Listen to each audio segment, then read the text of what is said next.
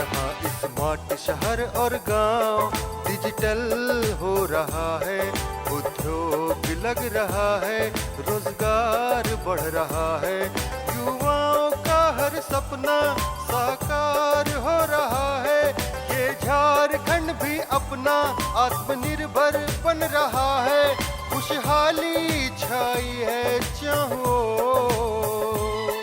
है अपना झारखंड विकास की ओर बढ़ रहा है, झारखंड विकास की ओर। नमस्कार, कार्यक्रम झारखंड विकास की ओर में आप सभी का स्वागत है। हमारे इस कार्यक्रम के माध्यम से हम आपको बताते हैं कि झारखंड में कौन कौन से विकास के कार्य किए जा रहे हैं और साथ ही आपको बताते हैं कि किस तरह से लोगों को विकास की ओर ले जाया जा रहा है। दर्शकों, पहले के समय में लोग बेटियों को बोझ की तरह मानते थे, उनको गर्भ में ही मार दिया करते थे। बेटों की तरह उनको खुल के जीने की आज़ादी नहीं थी, उनको एक बंदिश के रूप में रखा जाता था। इन्हीं सारी चीज़ों को देखते हुए केंद्र सरकार ने बेटियों के लिए बहुत सारी योजनाएं लाई हैं, जिसकी वजह से वो खुल करके अपनी ज़िंदगी को जी पा रही है और साथ ही साथ अपने सारे अधिकारों को ले पा रही हैं। तो चलिए इसी कड़ी पे बात करते हुए आज आपको लिए चलते हैं लोहरदगा के कस्तूरबा आवासीय विद्यालय में, जहां पर बेटी बचाओ बेटी पढ़ाओ अभियान से उनको जागरूक किया जा रहा है और साथ ही साथ उनके सारे अधिकारों के बारे में उनको जानकारी दी जा रही है। तो चलिए मिलते हैं इन बच्चियों से और जानते हैं कि वो किस तरह से इस योजना से लाभान्वित हो रही हैं। केंद्र सरकार ने देश के सभी लोगों को शिक्षा देने के लिए और देश की स्थापित आदर बढ़ाने के लिए एक योजना की शुरुआत की गई है, जिसका नाम कस्तूरबा गांधी बालिका विद्यालय योजना रखा गया है। इस योजना का शुभारंभ 2004 में अनुसूचित जाति, जनजाति व पिछड़े वर्ग की बालिकाओं और ग्रामीण क्षेत्रों के लिए आवासीय क्षेत्र के लोगों के लिए शिक्षा देने के लिए शुरू किया गया। केंद्र सरकार द्वारा इस योजना की शुरुआत पहले के 2 सालों तक एक अलग योजना के रूप में सर्व शिक्षा अभियान, बालिकाओं के लिए प्राथमिक स्तर पर शिक्षा दिलाने का राष्ट्रीय कार्यक्रम व महिला समाख्या योजना के साथ सामंजस्य बैठाते हुए की गई थी। जैसा कि आप जानते हैं, झारखंड विकास की ओर कार्यक्रम में झारखंड में होने वाले विकास कार्यों को हम आप तक पहुंचाने का कार्य करते हैं।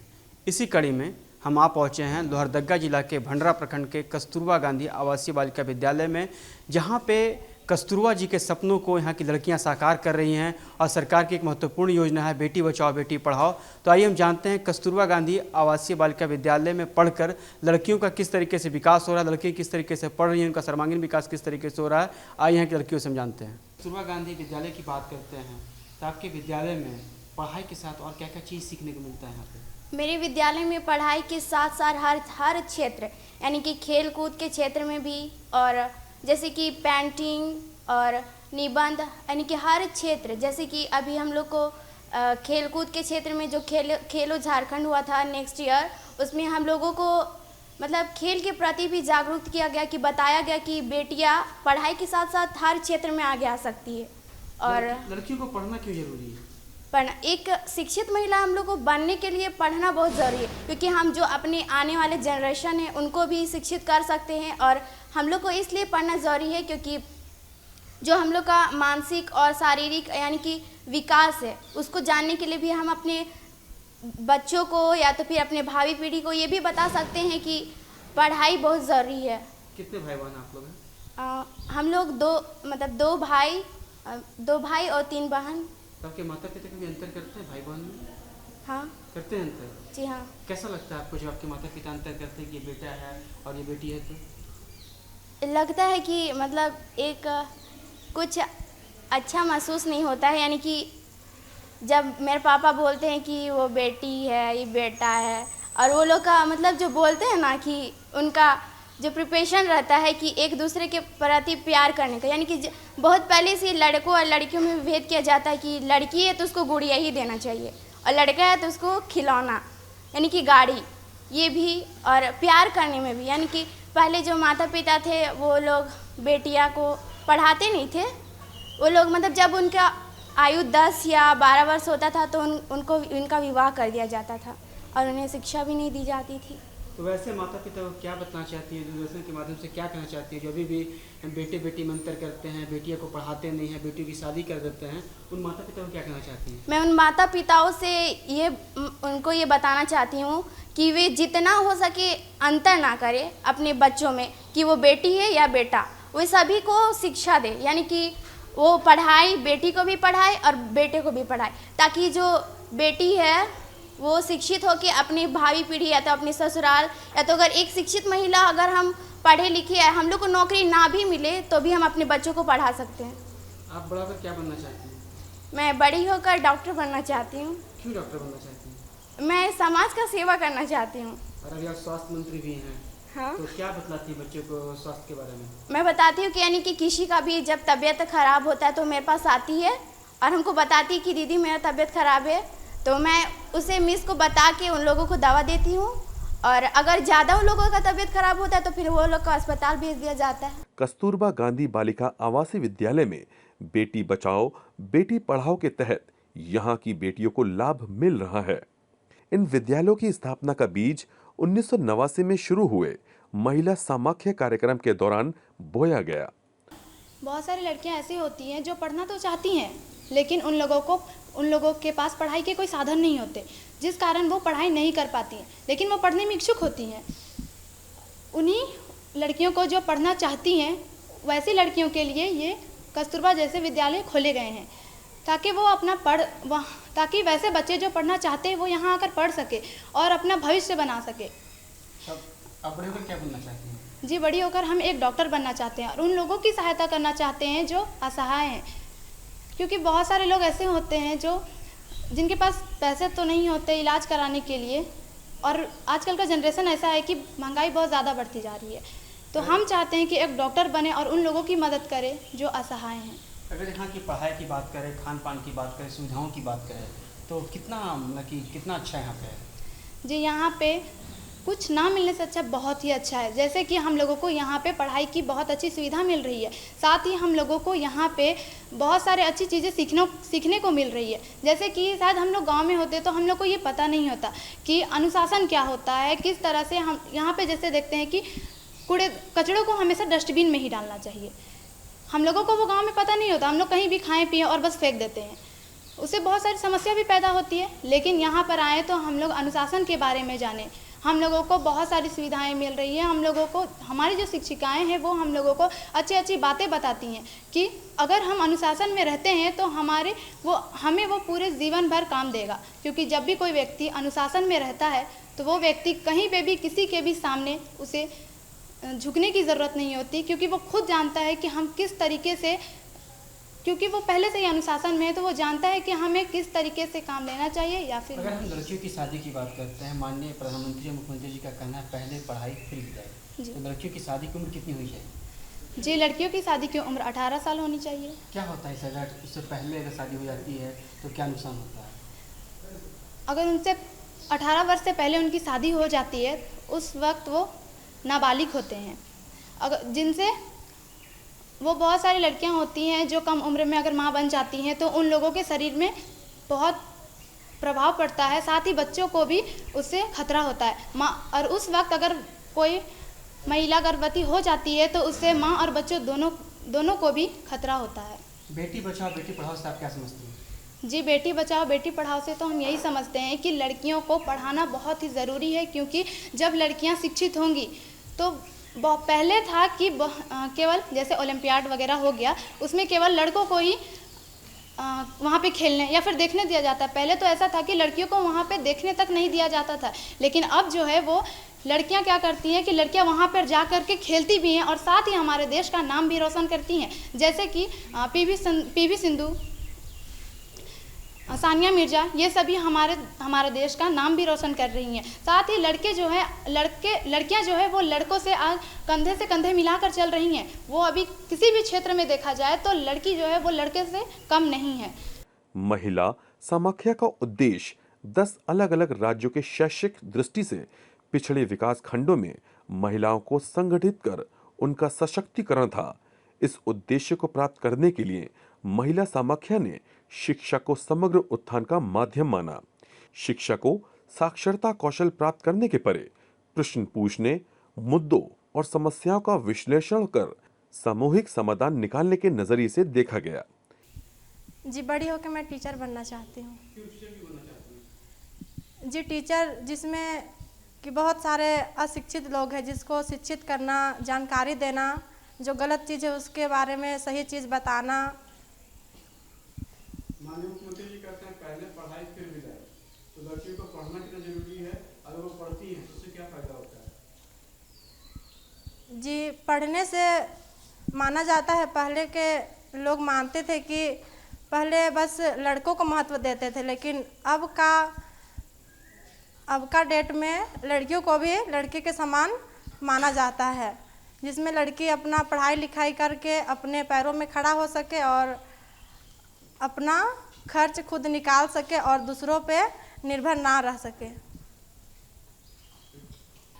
सबसे पहले तो मैं बात करूंगी कि लड़कियों को तो पढ़ाना चाहिए, और लड़कियों का एक विवाह का उम्र 18 वर्ष है और उन्हें उसी उम्र में विवाह करनी चाहिए और उनके सपनों को भी साकार होने देना चाहिए। लड़कियां भी चाहती है कि वो पढ़े लिखे कुछ करे, उनका भी कुछ सपना होता है, और घर में उन्हें डांटा भी जाता है, बाहर निकलने नहीं दिया जाता है, बोला जाता है कि मत पढ़ो, तुम घर में हाथ बटाओ, और बहुत से ऐसे उन्हें ज़्यादा बोलने से भी मना किया जाता है, यहाँ मत जाओ वहाँ मत जाओ, रोका जाता है। बहुत सारे माता पिता जब भी लड़के लड़की मंतर करती हैं, तो क्या ये सही है? ऐसा तो नहीं करना चाहिए और ये सरासर गलत है।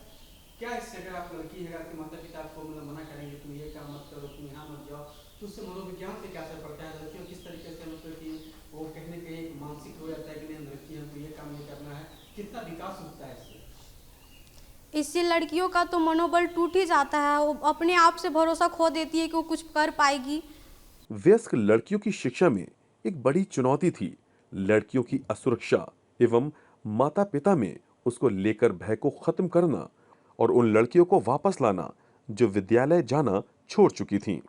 कस्तूरबा गांधी बालिका विद्यालय योजना का उद्देश्य है कि देश में रह रहे अनुसूचित जाति व अनुसूचित जनजाति, पिछड़ा वर्ग आदि लोगों के लिए विषम परिस्थितियों में जीवन यापन करने वाली लड़कियों के लिए आवासीय विद्यालय के माध्यम से गुणवत्ता युक्त प्रारंभिक शिक्षा उपलब्ध कराना।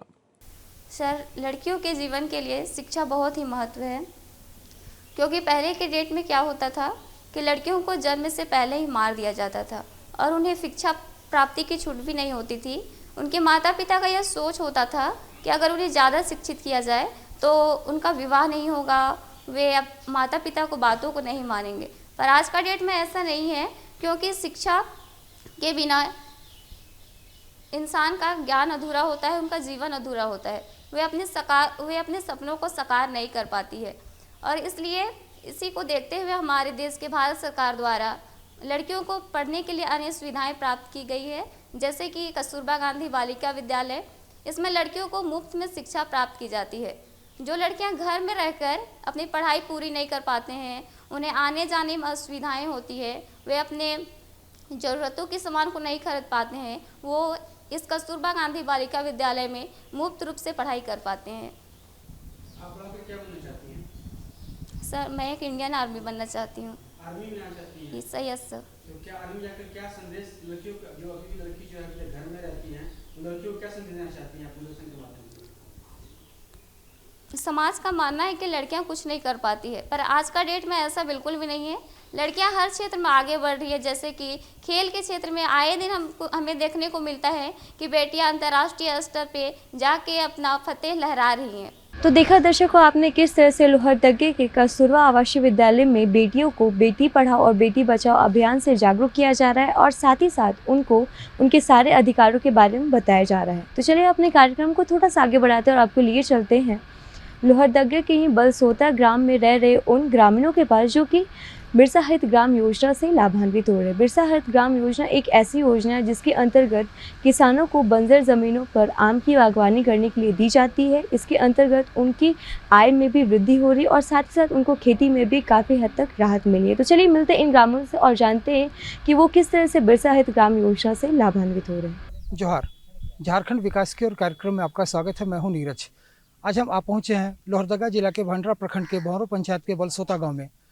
आइए यहां के लाभुक से हम जानते हैं बिरसा हरित ग्राम योजना के तहत किस प्रकार वो लाभ ले रहे हैं। आइए हम जानकारी लेते हैं। संजीव राव, गांव बलसोता, पंचायत भारो, थाना भंडरा, जिला लोहरदगा का स्थायी निवासी हूँ।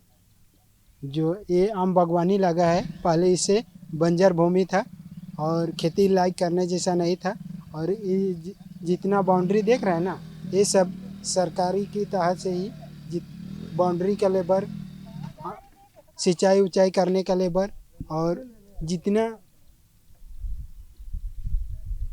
घास फूस होता है सबको निकलवाने के लिए ये नरेगा की तहत से ही मिलता है लेबर को। 120 पौधा लगा। ये अमरपाली है, हिमसागर है, लंगड़ा है। पहले हम लोग किसान करते थे, उसमें बहुत तरह का दिक्कत होता था कि सही से बारिश नहीं होती थी और सही समय पर बारिश नहीं होने से सही से खेती नहीं होती। जब से आम बागवानी लगे काफ़ी बेनिफिट मिलता है। हर साल एक पौधा ने कम से कम 2 से 3 हज़ार देता है, तो कुल मिला के 1,20,30 हज़ार हो जाता है। 112 पौधा लगा। ये मजदूरी जो इसका लागत सरकार के तहत से, नरेगा के ही तहत से इसका पेड किया हुआ है। इसका भी नरेगा की तहत से ही मिलता है। इसमें सिंचाई की क्या व्यवस्था करते हैं? सिंचाई कुआं से पानी ला के सिंचाई करते हैं ना, लेबर लगा के। और पौधों को अच्छे ढंग से देखभाल करने के लिए क्या करते हैं? ब्लॉक से बार बार आते रहते हैं और लोग को बोलते हैं कि सिंचाई करो, कूड़न खाबन करो। इसको अच्छी तरह से लेबर लगा के कूड़न खाबन होता है। और पौधों की सुरक्षा के लिए आप क्या उपाय किए हैं? यहाँ बाउंड्री लगा हुआ है। ये बाउंड्री की क्या व्यवस्था है, कैसे व्यवस्था होती है? ये नरेगा तक की तहत से ही व्यवस्था हुआ है। मेरा नाम है कल्याण पन्ना। पूरा बंजर था, हाँ, नहीं होता था। अभी दिया तो अभी बागवानी तरफ से आया आम हूँ, तो अभी फसल उसल अच्छा हो रहा है, तो मतलब प्रॉफिट भी हो रहा है। पूरा बंजर था, कुछ नहीं, सब्जी उब्जी लगा रहे थे। पहले सब्जी भी लगा रहे थे। अभी तो आमदनी बढ़ा हुआ है। अभी आपके जीवन में क्या बदलाव आया आम की बागवानी से? मतलब प्रॉफिट हो गया, मतलब बेचते उचते हैं आम उम, तो कुछ होता है, पैसे वैसे कमा लेते हैं।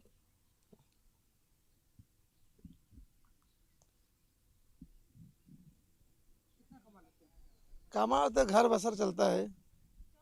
मेरा नाम सुमंती तिग्या है, मैं भौरों पंचायत की मुखिया हूँ। इस योजना का चुनाव कैसे किया जाता है? इस योजना का चुनाव ग्राम सभा के द्वारा किया जाता है। ग्राम सभा में हमारा रोजगार सेवक, पंचायत सचिव, मुखिया और ब्लॉक के कर्मी भी रहते हैं। उसके बाद हम लोग लाभुक का चयन करते हैं। अगर जो लाभुक इच्छुक रहते हैं उनको सरकार के द्वारा जो बिरसा ग्राम हरित योजना के बारे में बताते हैं। उसके बाद उस योजना के बारे में पूरा विस्तार से बताने के बाद लाभुक का इच्छा रहता है तो लेने का इच्छुक अपने में रखते हैं। इस योजना से लोगों को क्या लाभ हो रहा है? इस योजना से बहुत सा लाभ होती है। जैसे कि पहले तो हमारा गांव का लोग पलायन जाते थे, अभी योजना आने के बाद पलायन भी रुक गई है। और अभी योजना के तहत लोगों में अपना अपना कमाई का जो आय है वो बढ़ी है। यहाँ पर देख रहे हैं कि आम के बहुत सारे पौधे हैं। इसमें आम के कौन कौन से वैरायटी हैं? इस योजना के आने के बाद हमारा गांव में बहुत सारा विकास हुआ है। लाभुक का पलायन तो एक रुक गई है और हमारा जो गांव के लाभुक गरीब मजदूर थे उनको योजना के तहत लाभ मिला, योजना मिली है, तो वो लोग अभी योजना में काम करके 2 पैसा कमा रहे हैं।